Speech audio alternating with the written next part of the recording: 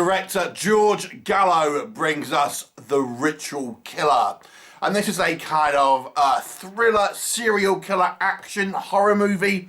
It stars Cole Hauser as our super hydrated detective Boyd.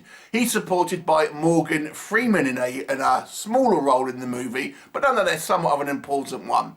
What is the story? Well, it focuses on the character of Boyd, played by Hauser, who is a cop in America, and he comes across a case involving what seems to be a serial killer.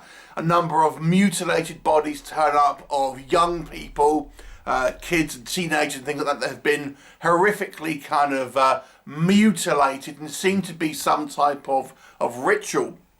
And as it turns out, there is a kind of almost a serial killer come hitman who has a very specific MO, who is kind of practicing a kind of voodoo-esque kind of style kind of procedure, if you like, or ritual called Muti. So Cole Hauser's character enlists the help of the local African studies professor, played by Morgan Freeman, to help him understand the culture and what's kind of going on to apprehend this kind of killer. So what'll happen? You'll have to watch the movie and find out. So let's talk about what I think works in The Ritual Killer. So I think the key thing here for me that I enjoyed was the MO, the kind of the motive, so to speak, of our killer, and how that kind of informs the movie. Because it's kind of a part serial killer, but he's also almost like a hitman to a certain degree. So he's not kind of necessarily killing out of, you know, pleasure or kind of because he is feeling obliged to. He's doing it because he is hired by rich and powerful people, you know, in the upper echelons of society, to essentially kill and mutilate young people, to essentially make kind of potions and black magic that will help his employers to, you know, live a healthy life, become stronger and things like this. And that is the belief that kind of drives clearly the serial killer and also his kind of employers, and it's hinted that it kind of does work.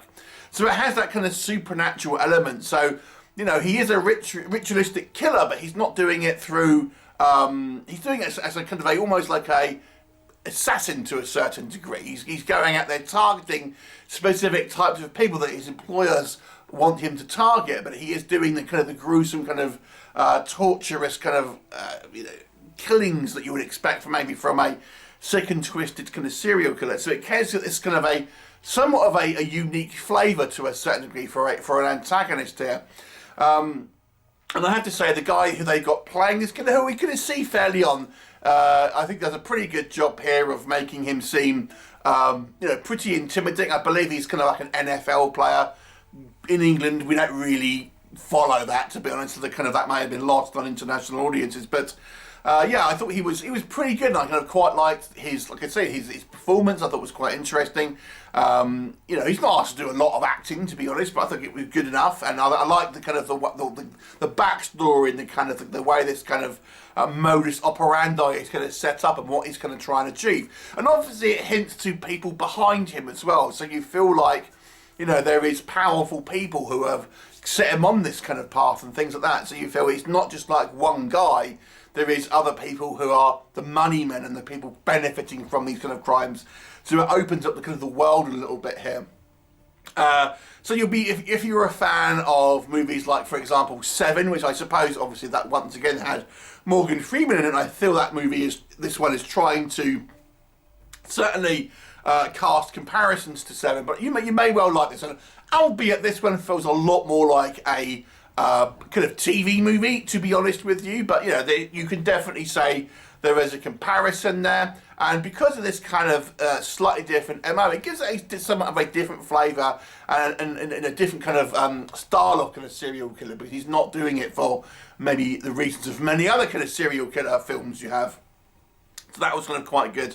There's a couple of kind of reasonable kind of action sequences in this movie as well, because this guy is you know, he's kind of obviously played by an NFL player, so he's quite obviously in shape. We have a pretty few good chase sequences and kind of fight sequences with kind of various police, which I thought was short, but kind of like still pretty well kind of choreographed and filmed. I have to say as well, I think there's some technical elements that are pretty impressive here. There's some good use of camera here. Gallo, the director, I think this is his 27th movie or around then. So, you know, he's an experienced director, albeit a lot of them are kind of like, you know, the mid-range, low-budget stuff.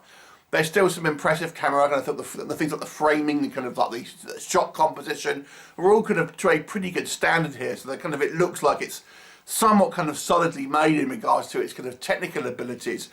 And there are some kind of somewhat horrific ideas here. Now, this movie isn't particularly gratuitous in any way, hence giving you that kind of TV movie feeling, but it certainly describes some more horrific stuff, albeit it kind of tells and doesn't show. Maybe this movie would have benefited having it being lent more into a kind of a horror aspect and having these crimes shown more, but they're kind of hinted at more rather than kind of shown more.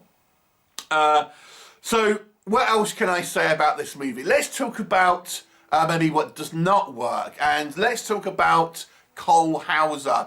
If you want a drinking game, take a shot every time his character has a drink on screen. Now this is why I say he's super hydrated, because it's nearly every other shot he seems to be drinking coffee or some type of alcohol.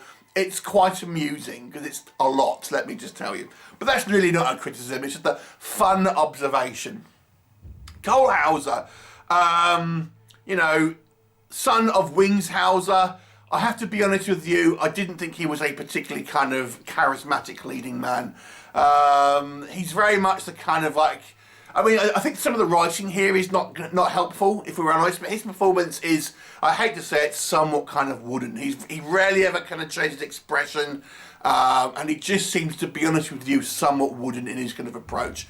As I've mentioned, that the writing isn't particularly good here. You know, you've got the kind of like, the typical kind of like, oh, you know, the Detective Boyd character, Hauser's, you know, who Hauser is playing, you know, he has a personal tragedy that he's not quite over. He's a hard kind of talking cop that kind of colours outside the lines and blurs the kind of the legal procedure. His captain is a kind of a typical kind of shouty kind of police captain. His partner is, of course, the pretty kind of like younger kind of cop. So there's lots of kind of like cliches here that I feel this kind of movie really does lead into. It almost feels like, if I'm being completely honest, and again it leans into that sort of TV aesthetic feel, it feels like a kind of a long episode of a cop show that aired on network TV in the 90s. It has that kind of feel to it. And that's partly down to kind of like the writing, partly down to Hauser's performance, but also some of the kind of the supporting characters, again, on the weaker side. We have a lot of kind of time dedicated, for example, to some type of police, I think maybe like an Interpol agent or something in Rome. And I was thinking, why are we seeing these scenes? It's this kind of like, you know, there seems to be a lot of sequences that just linger on kind of supporting characters for just, you know, for some reason, and things like this. You feel the movie just is trying to kind of like extend the running time a little bit. As I've already mentioned, the movie doesn't really kind of go too much into the gore side or the horror aspects. It only ever really kind of hints at that, and I think it would have had more impact had it kind of at least once had a kind of a more of a horrific kind of shot or kind of sequence, because ultimately it feels like it's playing it a little bit too safe, and it's telling you lots of things really kind of rather than kind of showing you a lot, which kind of will, I think, maybe not the best pleased kind of horror fans who want to see more of a kind of graphic, harder edged movie, because it does feel somewhat kind of sanitized. I have to say the depiction of the police here is quite poor. They just seem unorganised. They don't really seem like real police. They don't seem to act in any type of realistic manner. There's kind of lots of running around on your own, not kind of getting back up, things like this, not kind of following what you would imagine would be kind of normal kind of procedures. And again, that's what I mean by that kind of very kind of loose network TV kind of 90s kind of feel, where it's just like, that's fine, you know. People don't know really what police do, so we're kind of like, it's more just kind of like just to have the theatrics of it really, kind of than having a realistic film necessarily. So there's kind of lots of kind of like silly moments like that. I think the idea of this serial killer working for rich and powerful kind of employers didn't go far enough. We get a little bit of it, but I have to say, that could have been a more of an interesting angle to kind of build out the kind of the world and have more of a conspiracy-esque kind of who's involved kind of aesthetic to it. It doesn't go, in my opinion, it would have made a movie a little bit more interesting. Like I said, there's an element of that, but I feel it could have taken advantage more of that. I have to say the ending is, well, it tries to have this kind of shocking ending. Without clearly saying what it is, I didn't think it worked. It didn't really make any sense. It sort of came out of nowhere.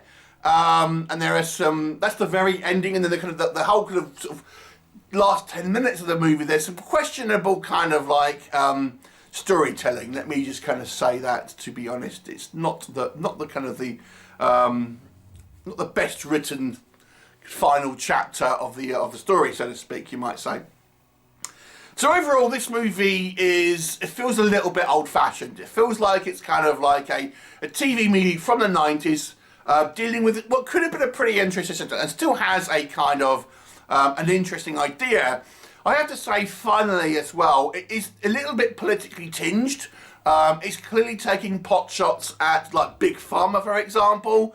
You know, and certain people involved in this movie have you know, have been linked to more sort of politically themed stuff, shall we say. So, you know, it's not too heavy-handed, that I will say, but there is definitely an edge here of kind of political messaging within the film. And like I say, particularly in regards to, for example, taking pot shots at Big Pharma, companies like Pfizer and things like that. You know, so there you go, you've been warned. Overall, it still has an entertainment value. I think the strongest element here is the killer itself and kind of the lore that surrounds him. But I don't think enough is done with it, to be honest. It feels a little bit sanitised, and Hauser really doesn't help this movie, I've got to be honest. I'll give it a 4 out of 10. It's not a terrible movie, it's watchable, but it's not really a strong movie in any way. So it's a slightly below average mark for me with a 4 out of 10. Have you seen it? What did you think of it? Please leave me a comment and I'll look forward to seeing you next time.